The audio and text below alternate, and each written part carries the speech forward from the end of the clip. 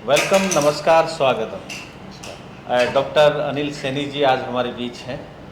आपको बता दें कि आपने 3 सब्जेक्ट्स में पीजी किया है और डॉक्टर साहब का साहित्य में भी दखल बखूबी से है।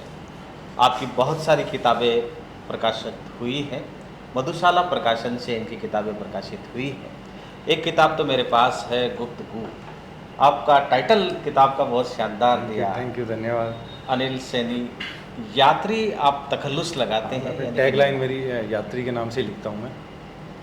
तो ये सफ़र आपका कहाँ से शुरू हुआ लिखने का, लेखन का, थोड़ा सा तफसील से आप बताइए। सबसे पहले तो शमसुद्दीन का और ये शमसु का ठिया जो कार्यक्रम है, इसका और उसकी पूरी टीम का बहुत बहुत धन्यवाद कि इन्होंने एक नई पहल की है, एक नई मुहिम चलाई है सीकर में। उसमें इन्होंने पहले एपिसोड में ही हमें शामिल किया, तो उसके लिए आप पर आपकी पूरी टीम का बहुत बहुत धन्यवाद। Thank you. देखिए, मेरा नाम मूलतः डॉक्टर अनिल सैनी है। मैं सीकर से ही निवास करता हूँ, या सीकर में मेरा निवास है। मूलतः मेरा जो कार्य है वो अध्यापन का है। मैं व्याख्याता हूँ और साहित्य और शिक्षा के क्षेत्र में कार्य करता हूँ। हमारी एक संस्थान है साहित्य समीक्षा, मैं उसका उपनिदेशक हूँ, जो कि पूरे भारत में हम साहित्य और शिक्षा से संबंधित जो भी कार्य है उनको देखते हैं। और इसी कड़ी में जैसे मैंने कहा कि मैं अपना टैगलाइन यात्री के नाम से लिखता हूँ, तो एकेडमिक्स बुक के साथ साथ में साहित्य की बुक्स भी मैं लिखता हूँ। और अपने सीकर में भी एक साप्ताहिक अखबार है खबर गवाह के नाम से, उनके लिए भी मैं कॉलम हर रविवार को उनके लिए भी कॉलम लिखता हूँ। तो मेरी गुफ्तगू के नाम से एक मेरी सोलो पुस्तक भी प्रकाशित हो चुकी है। एक विकास योजना एवं महिला परिस्थिति के नाम से, और एक 12th के लिए समाजशास्त्र की बुक भी अभी अभी प्रकाशित हुई है। तो साहित्य के क्षेत्र में जुड़ने से, या कह सकते हैं एक तरीके से जिज्ञासु जो प्रवृत्ति है, उसी ने मुझे साहित्य के क्षेत्र से जोड़ा। तो कॉलेज के दिनों में, मैं एसके कॉलेज से पढ़ा हुआ हूँ, तो कॉलेज के दिनों से ही साहित्य के क्षेत्र में अच्छा रुचि महसूस करता था। तो पहले तो प्रारंभ में तो धीरे धीरे लिखने का प्रयास करते थे, तो समय अनुसार धीरे धीरे जब लेखन में सुधार होता गया, तो फिर हमने भी प्रयास किया कि एक संस्था बना ली जाए और लेखन के लिए हमारे साथ साथ और लोगों को भी जोड़ा जाए। तो आपने अपनी इस किताब के शुरुआती दौर में ये लिखा है, इंसान भीड़ में खड़ा होकर भी केवल अपने आप को ही भीड़ से अलग समझता है। बड़ी मार्के की लाइन कही आप। Thank you sir, thank you. बहुत ही गहराई वाली बात कह दी। तो इतनी गहराई बचपन से थी या फिर जवानी की दहलीज पे आते आते प्रारंभ? सर, हम जब कॉलेज में थे, तो कॉलेज के दिनों से ही दर्शन के अंदर मुझे बड़ी रुचि रही है। तो दर्शन में मैंने सुकरात को पढ़ा है, अरस्तु को पढ़ा है, बुद्ध को भी बहुत पढ़ा है मैंने। और हम कह सकते हैं कि वर्तमान में दर्शन के क्षेत्र में जो सबसे प्रासंगिक है वो है कृष्ण, और उसके बाद मुझे लगता है ओशो। जवानी के समय में अधिकांश कॉलेज के युवा हैं वो खूब ओशो को पढ़ना पसंद करते हैं। और सच में हम कह भी सकते हैं कि दर्शन के क्षेत्र में एक जो आधुनिक अगर कोई दार्शनिक है तो उसमें ओशो बहुत, और उसका प्रभाव भी हमारे लेखन पे या मेरे लेखन पे भी इसका प्रभाव बहुत ज़्यादा है। तो वही बुद्ध वाला दर्शन, जैसे मेरा मानना है कि जब व्यक्ति कह सकते हैं कि अकेलेपन से एकांत की ओर प्रवृत्त हो जाता है, जब हम अकेलेपन से एकांत की ओर आने लगते हैं, तब साहित्य का सर्जन होता है। साहित्य के सर्जन का कारण ही यही है कि जब व्यक्ति स्वयं को खोजने निकलता है, जब हम हमारी खोज में निकलना प्रारंभ कर देते हैं, तब साहित्य का सर्जन होना प्रारंभ होने लग जाता है। फिर हम हर चीज़ को अलग दृष्टि से देखते हैं। देखिए, सामान्यतः एक व्यक्ति अगर नदी के किनारे बैठा है तो उसकी दृष्टि कुछ और होगी, लेकिन एक दार्शनिक बैठा है उसकी दृष्टि कुछ और होगी, एक लेखक बैठा है उसकी दृष्टि कुछ और होगी, एक शायर बैठा है उसकी दृष्टि कुछ और होगी। तो ये हमारा पर्सपेक्टिव है, हमारा नज़रिया है। और ये नज़रिया आई थिंक कह सकते हैं कि दर्शन की ही देन है मुझे, क्योंकि मैं अधिकांशतः मैं गद्य में लिखना पसंद करता हूँ। मुझे अध्यात्मक लिखना ज़्यादा पसंद है, लाइनें लिखना ज़्यादा पसंद है, रिदम की अपेक्षा मैं भावों को व्यक्त करना ज़्यादा पसंद करता हूँ। बहुत अच्छी बात है। तो आपकी यात्रा कब से प्रारंभ हुई? 2014 में मैंने यहाँ कॉलेज से प्रारंभ किया था। एसके कॉलेज में पढ़ा हूँ मैं, तो यहीं से मैंने लिखना प्रारंभ किया था। 2014 में मैंने पहली पंक्तियाँ लिखी थी, वो परी जिससे मिलने का मन करता है, वो चांद जिसे छूने का मन करता है, वो नींद जो कभी आती ही नहीं, मालूम नहीं उसकी याद दिल से जाती क्यों नहीं। बहुत सुंदर, बहुत सुंदर, बहुत सुंदर। तो यात्री जी वो परी फिर मिली कि नहीं? ये जब भी अभी भी यही है कि जैसे मैं अभी बारिश का सीज़न है तो मैंने 2 लाइनें लिखी थी जो काफ़ी फेमस भी हुई कि ये काली घटाएं तो यूं ही घिर आती हैं, ये काली घटाएं तो यूं ही घिर आती हैं, बारिश तो उनके जुल्फे झटकने से होती है। भाई वाह वाह वाह, बहुत सुंदर बहुत सुंदर।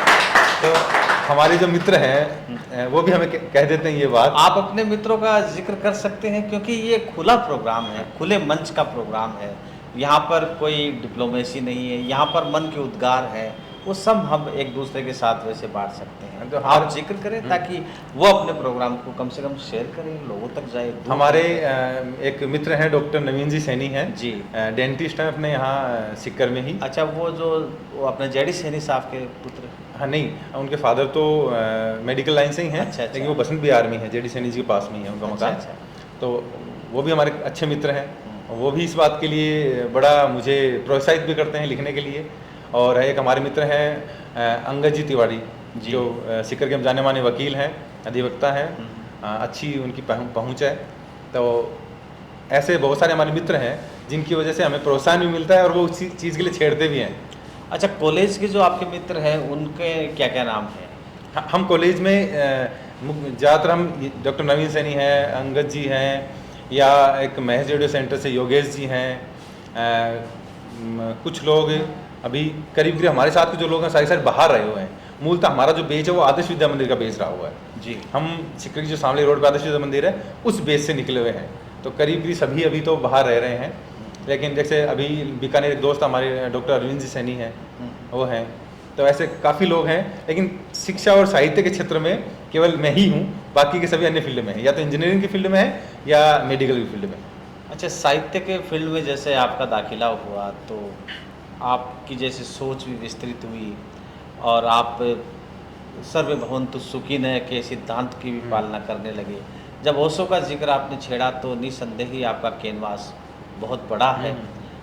जनरली देखा जाता है कि इंसान एक राह पे चलते चलते अपनी उलझनों में इतना ही उलझ जाता है कि वो दुनिया के सामने आने से कतराता है। तो लेखन से आपको क्या गुड फील महसूस हुआ, जरा अपने दर्शकों को बताएं। वर्तमान का युवा भी शायद इस चीज़ से जुड़ेगा जो मैं कहना चाह रहा हूँ कि हर व्यक्ति इतने द्वंद्व में फंसा हुआ है। क्या अभी मैंने कुछ दिनों पहले एक लाइनें लिखी थी कि हम सभी चाय की उस केतली की तरह हैं कि अंदर ही अंदर भावों को उबाल रहे हैं। तो कभी ऐसा होगा कि इतना द्वंद्व पैदा हो जाएगा कि चाय की केतली की तरह ये ढक्कन खुल जाएगा और हम हमारी सभी समस्याओं को बाहर निकाल के फेंक देंगे। क्या बात है, बहुत सुंदर बात है। दोस्तों, आपको बता दें, आप हैं डॉक्टर अनिल सैनी जी और इनका लेखन बड़ा ही शानदार है। गुप्तगू ये किताब है इनकी, और एक किताब का नाम किताब ही है। तो आप अवश्य ये परचेज करें, ख़रीदें और हमें सूचित करें। आप तक ये किताब भी पहुंचाएंगे जो लिखने के पढ़ने के शौकीन हैं उनके बीच। अब जाते जाते समय की बाध्यताएं अपनी हैं डॉक्टर साहब, तो आप क्या कहना चाहेंगे आने वाली नौजवानों को जो इस फील्ड में आना चाहते हैं, लेखन के फील्ड में? भाई, जो साहित्य और लेखन के क्षेत्र में काम करना चाहते हैं तो मैं उनसे यही कह सकता हूँ कि लिखना, मैंने बहुत बार पहले भी कई मंचों पे कहा है कि लिखना अपने आप में इतना पहला कदम नहीं है। पहला कदम है पढ़ना। जितना आप अध्ययन करते हैं, जितना आप पढ़ेंगे तो स्वतः ही लिखना प्रारंभ हो जाएगा। जितना पढ़ेंगे, नए नए भाव उमड़ेंगे तो लिखना स्वतः ही प्रारंभ हो जाएगा। पहले लिखने का प्रयास नहीं करें, पहले लिखने के बजाय पढ़ने का प्रयास करें, उसको मनन करने का प्रयास करें, और आप देखेंगे कि जैसे ही आप पढ़ना प्रारंभ करते हैं वैसे ही नए नए विचार क्रिएट होते हैं और फिर आप लिखना प्रारंभ कर देंगे। रिदम होना नहीं होना वो सेकंड प्रायोरिटी है। पहले जो भाव आपके मन में है, जो विचार आपके हृदय में है, उन हृदय के विचारों को आप बाहर निकालें और उनको कागज़ पे लिखें। अच्छा, जो 11th और 12th के लिए आपके पाठ्यक्रम की पुस्तकें हैं उनका जिक्र भी आप? हाँ, एक विवेक प्रकाशन है दिल्ली से, तो जो अपने NCERT है और जो CBSE है उनके विद्यार्थियों के लिए 11th और 12th की जो समाजशास्त्र की पुस्तक है वो विवेक प्रकाशन के द्वारा रचित है और वो उसका लेखन कार्य मेरे द्वारा ही किया गया है। तो जो विद्यार्थी 11th 12th में समाजशास्त्र पढ़ते हैं उनके लिए वो उपयोगी साबित हो सकती है। जी, बहुत बहुत शुक्रिया, आपने समय दिया डॉक्टर साहब, बड़ा अच्छा लगा आपके साथ। Thank you sir, thank you. और उम्मीद करेंगे कि आप अपने इस कार्यक्रम से हमेशा के लिए जुड़े रहेंगे। मैं ज़रूर शमसू का ठिकाना और उसकी पूरी टीम का बहुत बहुत धन्यवाद कि उन्होंने मुझे इस लायक समझा कि आपने एक नया कुछ परिवर्तन या कह सकते हैं नया एक नवाचार शिखर में कर रहे हैं, और उस पहले नवाचार में आपने मुझे शामिल किया। 4 लाइनें कहता हूँ, अपनी बात को समाप्त करता हूँ। इरशाद। कि ये तन्हाइयों का दौर है, जरा खत्म होने दो। वाह। ये तन्हाइयों का दौर है, जरा खत्म होने दो। ये खामोशियों का दौर है, जरा खत्म होने दो। फिर से लिखेंगे हम सलीके से कहानी अपनी।